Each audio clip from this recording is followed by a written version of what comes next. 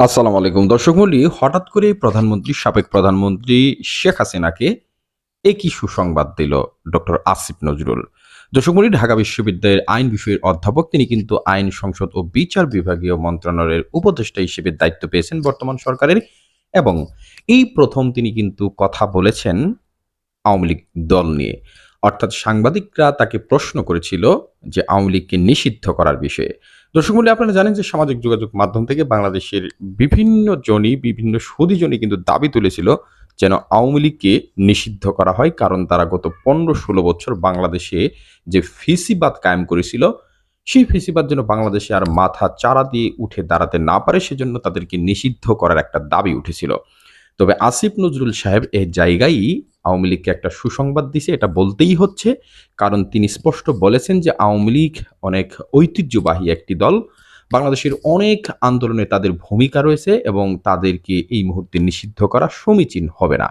এই মন্তব্য করার পর সামাজিক যোগাযোগ মাধ্যমে আবারও নতুন করে ঝড় উঠেছে। তার পাশাপাশি আপনারা জানেন যে বর্তমান যে অ্যাটর্নি জেনারেল আছেন, তিনি নিজেও কিন্তু এই বিষয়ে কথা বলেছেন। অর্থাৎ এই রিটটি তিনি খারিজ করে দিতে চান। অর্থাৎ আওয়ামী লীগকে নিষিদ্ধ করার যে একটা রিট হয়েছে, কয়েকটি শুনানিও হয়েছে আপনারা জানেন। এবং বর্তমান যে রাষ্ট্রের অ্যাটর্নি জেনারেল, অর্থাৎ আইনের সবথেকে বড় উপদেষ্টা, তাকে এক কথায় বলতে গেলে তিনিও বলেছেন যে আওয়ামী লীগকে নিষিদ্ধ করার কোনো পরিকল্পনা বর্তমান এই সরকারের নেই।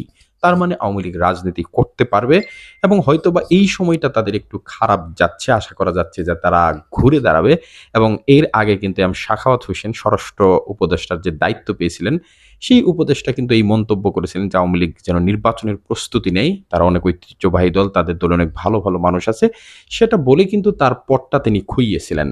এবার আসিফ নজরুলও কিন্তু সেইম ভাবে কথা না বললেও কাছাকাছি পর্যায়ের কথা বলেছেন। আওয়ামী লীগকে নিষিদ্ধ করা এই মুহূর্তে সমীচীন হবে না। অ্যাটর্নি জেনারেল তিনিও এই পক্ষে মত দিয়েছেন। তাহলে সার্বিকভাবে বোঝা যাচ্ছে যে তারা যদি রাজনীতির মাঠে ফিরতে পারে সহসাই, এবার নির্বাচন বা পরবর্তী নির্বাচনে তারা যদি অংশগ্রহণ করে কয়েকটি আসন পেলেও পরবর্তীতে দেখা যাবে যে বাংলাদেশের মানুষ সবকিছু ভুলে কিন্তু একটা সময় আবারও সেই আওয়ামী লীগকে ভোট দিয়ে দেশের ক্ষমতা হস্তান্তর করার একটা ব্যবস্থা করতে পারে, এরকম আশঙ্কা কিন্তু অনেকেই করেছেন। তো এই বিষয়গুলোকে আপনারা কিভাবে দেখছেন সেটি অবশ্যই কমেন্ট বক্সে লিখে জানাবেন। এবং অনলাইনে শত গুজবের ভিড়ে সবসময় সত্য সংবাদগুলো সবার আগে জানতে যারা এখন পর্যন্ত আমাদের এই চ্যানেলটিকে সাবস্ক্রাইব করেনি, এটাই সত্য, এই চ্যানেলের সাথে থাকবেন। ধন্যবাদ সবাইকে।